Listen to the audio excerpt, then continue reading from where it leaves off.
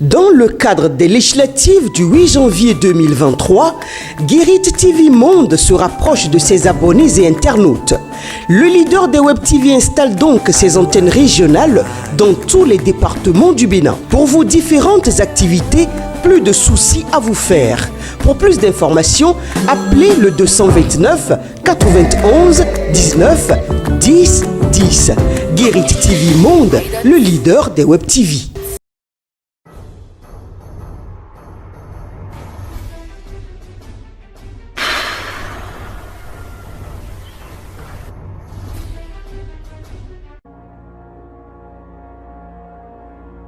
Dernier vendredi du mois d'octobre 2022, amis fidèles de Guérit TV Monde, bonsoir et bienvenue sur votre émission Tour d'Horizon. Dans votre première rubrique informative, nous vous parlons des règles de la sécurité routière, parmi lesquelles on peut citer la courtoisie au volant. Pour connaître les avantages de cette règle, je vous invite à suivre cet élément. Fait d'adopter une conduite civilisée, la courtoisie au volant est un comportement qui permet d'éviter des désastres en circulation. Il existe beaucoup de façons de faire preuve de courtoisie en circulation. Lorsque nous sommes dans la circulation, lorsque la droite n'est pas libre à une intersection, qu'est-ce que le code a prévu dans ce sens? Jeu de courtoisie. C'est une règle qui consiste à perdre sa priorité en faveur d'un autre usager qui se trouve à votre gauche.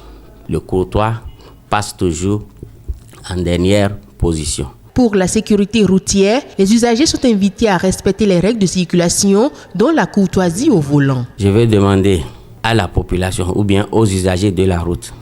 Sur la route, chacun n'a qu'à rester dans son couloir de marche.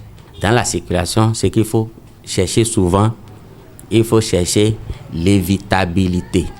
Il ne faut pas chercher la responsabilité. Parce que la route, c'est une zone à risque. C'est pourquoi sur la route, il faut beaucoup faire attention. C'est une zone de conflit. Quand on circule sans courtoisie, la route peut devenir dangereuse. Le respect de cette règle et de tout le reste garantit une sécurité routière à tous les usagers. Mesdames et messieurs, plusieurs faits de société ont été relayés sur les médias et sur les réseaux sociaux. Suivez quelques-uns à travers ce condensé. À Cotonou, une jeune fille a publié la vidéo intime de sa copine afin de régler ses comptes avec elle. Tout est parti d'une dispute entre elles qui a très vite tourné à un drame de sexe. Toutes membres d'un forum dénommé Poupée de Luce, les deux jeunes filles ont connu un moment de mésentente qu'elles n'ont pas pu régler à l'amiable. Fâchées, l'une balance la vidéo sexuelle de l'autre sur les réseaux sociaux et ce, dans le but de rendre un coup à sa copine. Depuis quelques jours, la vidéo est devenue virale et assouvit les désirs revanchards de celle qui les a balancés sur WhatsApp, rapporte Fraternité FM. À Wegbo, dans la commune de Tofor, un enseignant qui a été envoûté par un mécanicien est escroqué à hauteur de 9 millions francs CFA. Selon les informations de Banuto, l'enseignant avait reçu dans sa chambre le mécanicien qui vendait un produit contre les moustiques.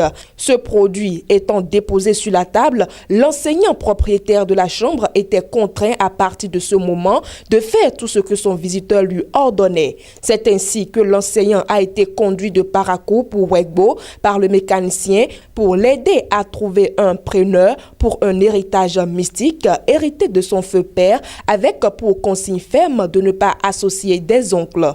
Envoûté en quelque sorte, l'enseignant sera amené à investir jusqu'à la somme de 9 millions de francs CFA avant de se rendre compte qu'il s'agit d'une escroquerie. Une enquête de la police a permis de mettre la main en début de ce mois d'octobre sur le présumé escroc qui refuse de reconnaître les faits. Gardé à vue, il a été présenté au procureur et l'enquête se poursuit. Sur un autre volet, 3 individus ont été arrêtés lundi 25 octobre 2022 à Boycon pour falsification de certificat d'identification personnelle CIP suite à une plainte de l'unité communale de l'Agence nationale d'identification des personnes ANIP. À Ina, dans la commune de Bembereke, un arbre fétiche abattu par un sieur dans la forêt sacrée aurait coulé du sang. Selon Diman TV, un culte a été organisé par les adeptes pour exorciser les lieux. Par contre, l'exploitant qui détient la tronçonneuse a été verbalisé. Il a payé des bœufs et offert une enveloppe financière. Et pour finir, Amon Hadji, qui ne s'est pas lavé pendant plus d'un demi-siècle, est mort dimanche 23 octobre 2022 dans le village de Dedgar, dans la province de Fars, a annoncé mardi 25 octobre 2022 un média officiel. Selon un responsable local cité par l'agence, il évitait de prendre un bain par crainte de tomber malade. Mais quelques mois avant sa mort, pour la première fois, des villageois l'avaient amené aux toilettes pour se laver, a souligné le média IRNA. Voilà tout pour les faits de société de cette semaine. À la semaine prochaine. Ainsi prend fin le bulletin d'information de ce jour. Nous marquons à présent une courte pause. Dans le cadre des législatives du 8 janvier 2023, Guérit TV Monde se rapproche de ses abonnés et internautes. Le leader des Web TV installe donc ses antennes régionales dans tous les départements du Bénin. Pour vos différentes activités, plus de soucis à vous faire. Pour plus d'informations, appelez le 229 91 19 10 10. Guérit TV Monde, le leader des Web TV. Avant d'accueillir Charles Alban Daoui dans le forum de discussion de ce soir, je vous invite à suivre la chronique du jour avec Mas Gaspard Adjamossi. Interdiction du port de tenue extravagante à l'université d'Abomey-Calavi. Une décision à polémique. Par un communiqué en date du vendredi 21 octobre 2022 et signé du recteur de l'université d'Abomey-Calavi, Félicien Avlessi, il est interdit désormais sur les campus de l'université d'Abomey-Calavi le port d'un certain nombre de tenues jugées extravagantes. Cette décision intervenue quelques jours seulement après le démarrage des activités pédagogiques au sein des campus serait partie du constat chez certains étudiants de port de tenues vestimentaires qui ne respecteraient pas les normes requises dans les entités de l'université. Selon le communiqué de l'autorité rectorale, le port de tenues vestimentaires déviant des normes prescrites par les règlements pédagogiques des unités de formation tend à se développer. Les tenues indexées sont, entre autres, les pantalons de taille basse, les jupes de taille basse, les jupes mini et ou à fente exagérée, les tenues exagérées au-dessus du genou et des tenues décolletées ainsi que les débardeurs. Invitant désormais les étudiants à adopter un style vestimentaire correct et digne de leur statut et du milieu universitaire, le communiqué rappelle que le non-respect des dispositions encadrant le port vestimentaire expose à des sanctions sans recours. Il n'en a pas fallu plus pour que certains trouvent ce communiqué et ses initiateurs ringards, démodés et surannés. Une certaine opinion trouve cette note d'interdiction vulgaire. Une note qui, selon cette opinion toujours, infantilise les étudiants et les livre à la vindicte populaire. Une autre voit en cette décision, je cite, une manière obsolète d'appréhender les violences sexistes et sexuelles dont sont victimes les filles et les femmes étudiantes. Mieux, d'autres y voient simplement une restriction des libertés sur les campus de l'UAC. Mais bien évidemment, la décision du recteur a aussi de fermes soutiens, qui estiment d'ailleurs que l'habillement de certains étudiants frise l'indécence et défie l'éthique et la morale.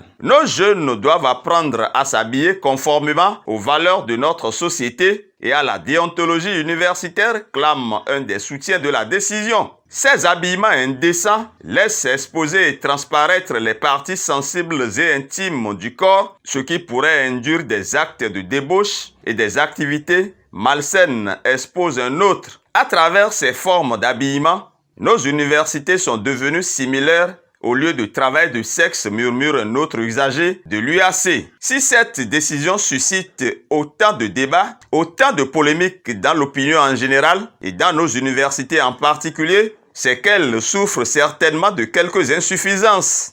Y a-t-il eu en amont une sensibilisation de tous les acteurs des universités? Des discussions préalables ont-ils eu lieu avec les différentes composantes de nos universités? De quels paramètres ou éléments disposent les autorités rectorales pour identifier un pantalon de taille basse, des jupes de taille basse, les jupes mini et ou à fente exagérée? Le problème des habillements indécents n'est pas qu'un problème de l'université. C'est un problème général de notre société. Un problème d'éducation, de mode et de modèle. À quoi cela servirait de voir des étudiants avec un habillement décent sur nos campus et autrement partout ailleurs dans le pays? La décision rectorale a touché un problème sensible de société, un problème générationnel, dirons-nous en plus, car ce qui peut apparemment être indécent pour le recteur à Vlessy et les gens de sa génération peut ne pas l'être pour la jeunesse actuelle. En réalité, nos autorités au plus haut niveau doivent chercher à s'attaquer de manière plus générale à la dépravation des mœurs, aux atteintes aux bonnes mœurs et à la morale, aux atteintes à la pudeur et pourquoi pas au voyeurisme. C'était Massa Gaspard Adiamossi, ami fidèle de Guérit TV Monde. Charles Alban Daoui est déjà sur ce plateau pour le forum de discussion. Charles Alban Daoui, bonsoir. Bonsoir, Latifa Teko. Dans le forum de discussion de ce jour, nous allons parler d'une militante du bloc républicain dans la 19e circonscription électorale. Oui, exactement. Il s'agit de Blanche Renvoux. On ne la présente plus quand on est dans la 19e circonscription électorale qui prend en compte la commune de Porte-Nouveau. Parce que là, Blanche Renvoux, c'est l'ancienne militante du parti UDBN. On la connaît comme coordonnatrice communale de ce parti-là dans la commune de Porte-Nouveau. Elle a été aux dernières élections communales, c'est-à-dire les élections de 2020, et en tant que titulaire dans le 3e arrondissement de Porte-Nouveau. Et quand on parle de Blanche Renvoux, c'est une vie dédiée au militantisme, parce que bon, c'est pas en politique, ne remonte pas à l'UDBN, c'est parce que déjà, elle avait déjà commencé à faire le terrain politique et qu'elle a été entre-temps identifiée comme pouvant faire partie de ce regroupement politique-là, parce que par le passé, elle avait déjà développer cette capacité-là à militer. Et vous savez, quand vous êtes une personne et que d'autres groupes de personnes acceptent de vous avoir comme leader, acceptent de vous avoir comme devancier, c'est que vous avez quelque chose en vous qui les attire et qui est représentatif. Et en politique, c'est très important d'avoir des personnes en qui d'autres personnes font confiance. Et donc, elle a déjà eu un parcours qui montre que, des gens lui font confiance, des gens acceptent de la porter, devant la scène, les gens acceptent de la suivre dans ses mouvements. Et tout récemment, quand l'UDBN a intégré le bloc républicain, elle s'est également illustrée par la suite quand son parti d'origine a claqué la porte. Elle a dit niet, il n'est pas question qu'elle parte donc du bloc républicain, d'où elle a réaffirmé il y a exactement un mois sa volonté de militer dans ce parti qu'est le bloc républicain. Et quand elle venait, elle est venue en tant que présidente, en tant que coordonnatrice de cette dynamique, de ce mouvement qu'on appelle dynamique pour un commun fraternel. Pour dire que il y a déjà longtemps que cette dame-là s'investit notamment dans le mieux-être de ses proches. Elle se met au service de la population. Et il y a bien longtemps qu'elle s'est dit, voilà, il faut qu'elle soit le porte-flambeau d'un groupe de personnes. Et je pense que ce sont des qualités qu'elle a développées et qu'aujourd'hui, elle va pouvoir mettre au service du parti dans lequel elle milite et qui est le bloc républicain. Charles Alban Daoui, aujourd'hui démarre le dépôt des candidatures à la Sénat. Blanche Renvoux a-t-elle la chance d'être sur la liste du bloc républicain?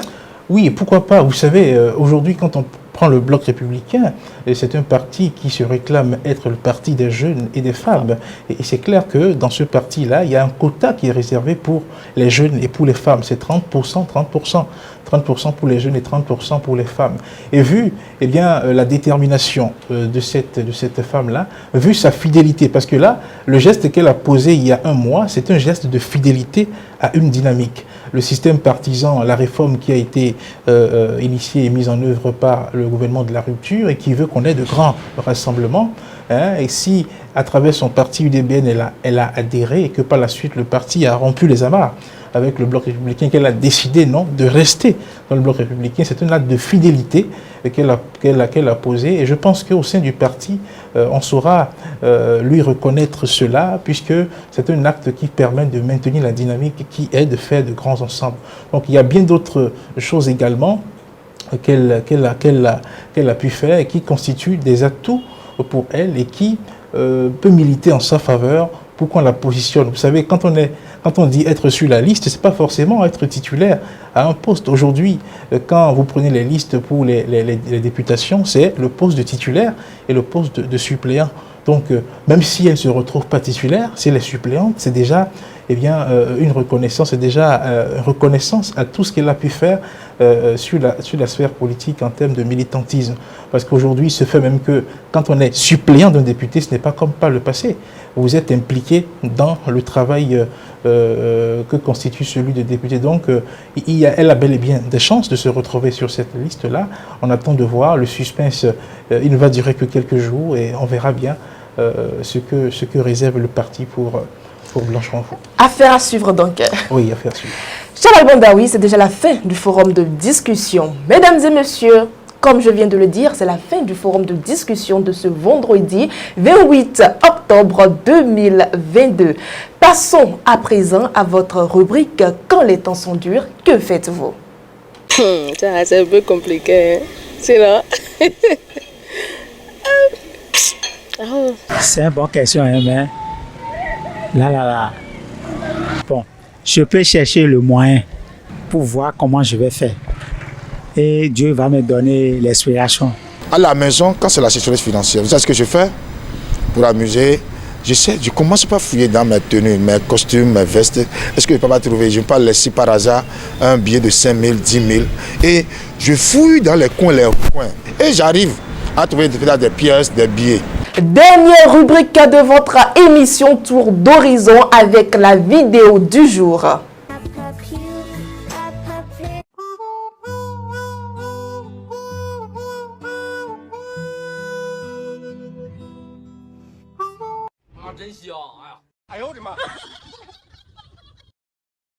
Chers amis internautes, nous sommes déjà à la fin de votre émission. Merci pour votre fidélité et bon week-end à tous.